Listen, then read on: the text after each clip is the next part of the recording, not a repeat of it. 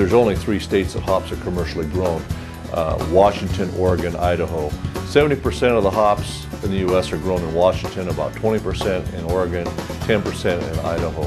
We're extremely excited about the Fresh Hop Ale Festival. It's a nice opportunity for this valley to showcase a very important crop that's not often given the same level of public advertisement as some of our other industries like the wine industry is given.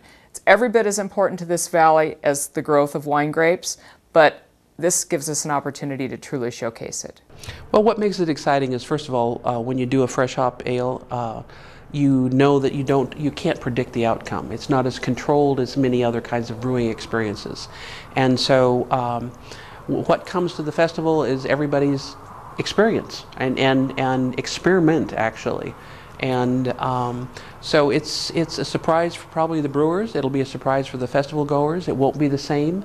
Fresh hop ale does not last it doesn't have a high shelf life.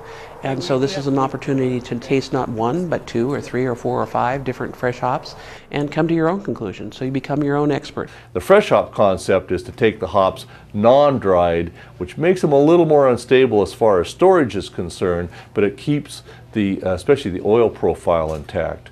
So because oils, a lot of them are very volatile, and heat will make a lot of them dissipate.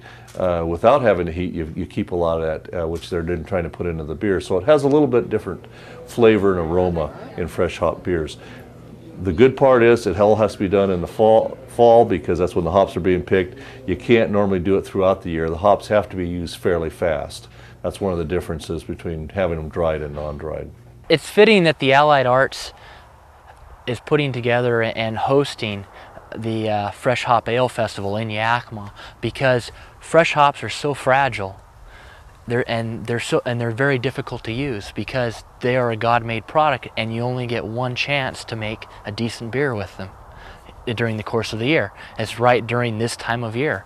So the craftsmen that you see pouring their beers here are pouring beers that are very unique and will be different from next year and are different from the beers that you had last year.